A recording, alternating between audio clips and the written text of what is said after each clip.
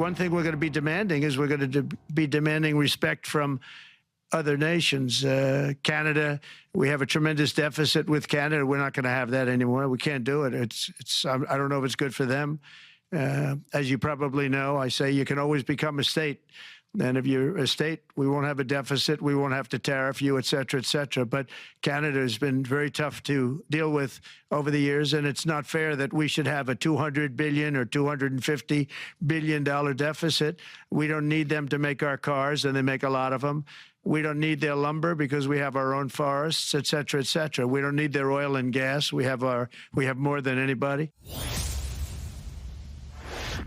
U.S. President Donald Trump doubling, or at this point maybe tripling down on his tariff threat, telling Canada that the U.S. doesn't need our cars, lumber, or oil, and saying the way out of tariffs is becoming a state. Let's get a response from Flavio Volpe, president of the Automotive Parts Manufacturers Association and a member of the government's Canada-U.S. Relations Council. Hi, Flavio. Good to see you. Thanks for making the time.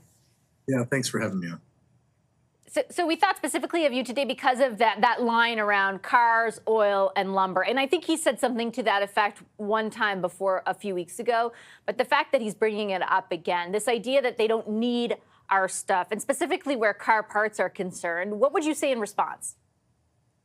Well, he says he doesn't need our stuff, and then he says, hey, maybe you should become part of the United States. Well, why would you take something on? Why would you take a jurisdiction on if there was no value to what was there? We make 2 million cars a year here in Canada, and half of them are made by American companies.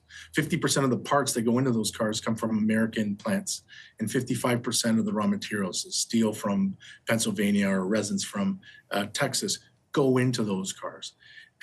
We export 80% of them, but you know what? For every car we export, we import. Canadians buy cars made in the U.S.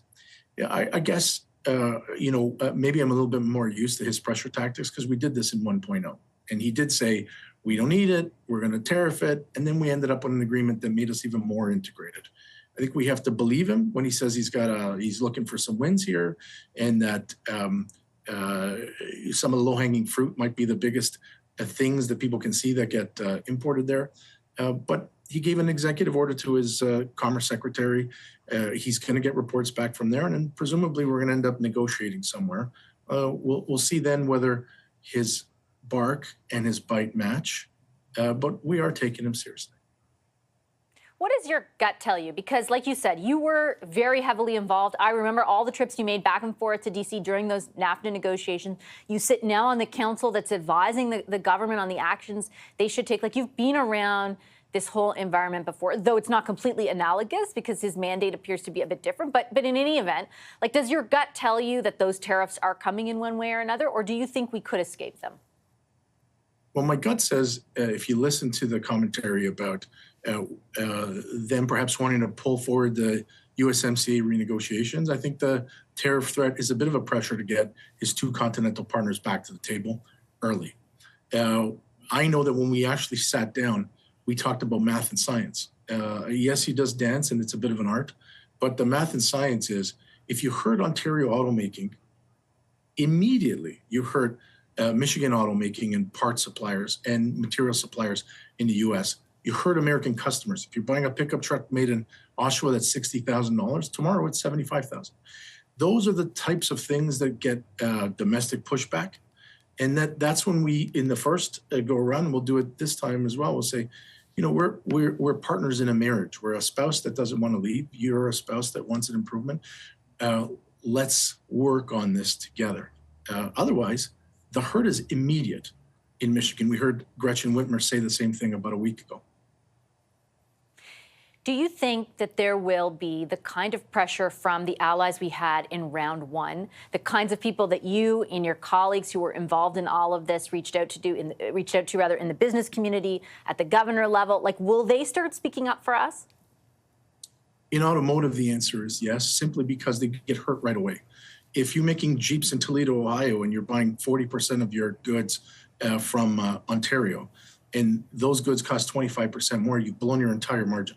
If you're making, if that same company is making cars in Windsor and 50% of the parts are coming from the US, but the cars go back 25% more expensive, dealers, suppliers, material suppliers, and all their congressional reps are going to get an earful. And at 25%, you're 15% past anybody's profit margin. We may see the industry have to stop making cars and approach this like we did when the Ambassador Bridge closed, is go get emergency relief in court. He's not the king, he's the president. And if Justin Trudeau did something that was going to hurt the Canadian auto sector, you know that we'd be in court. I think all options are on the table here. I just have time for one last question for you. You were around the negotiating team, like we've been saying, at a first time around. It's become the key focus point of this Liberal leadership race. Who's best positioned to negotiate versus Trump? I just spoke to Karina Gold tonight on the show. She says she is. Mark Carney says he is. Chrystia Freeland says she is. Do you have an opinion?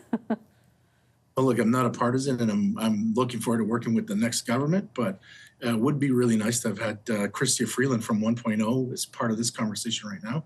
Yeah, that's out of my hands, but certainly she did well to stare down Donald Trump, and that's not easy. Okay, Flavio, I'll leave it there. Really appreciate you making the time for the conversation. Thank you, Vassy.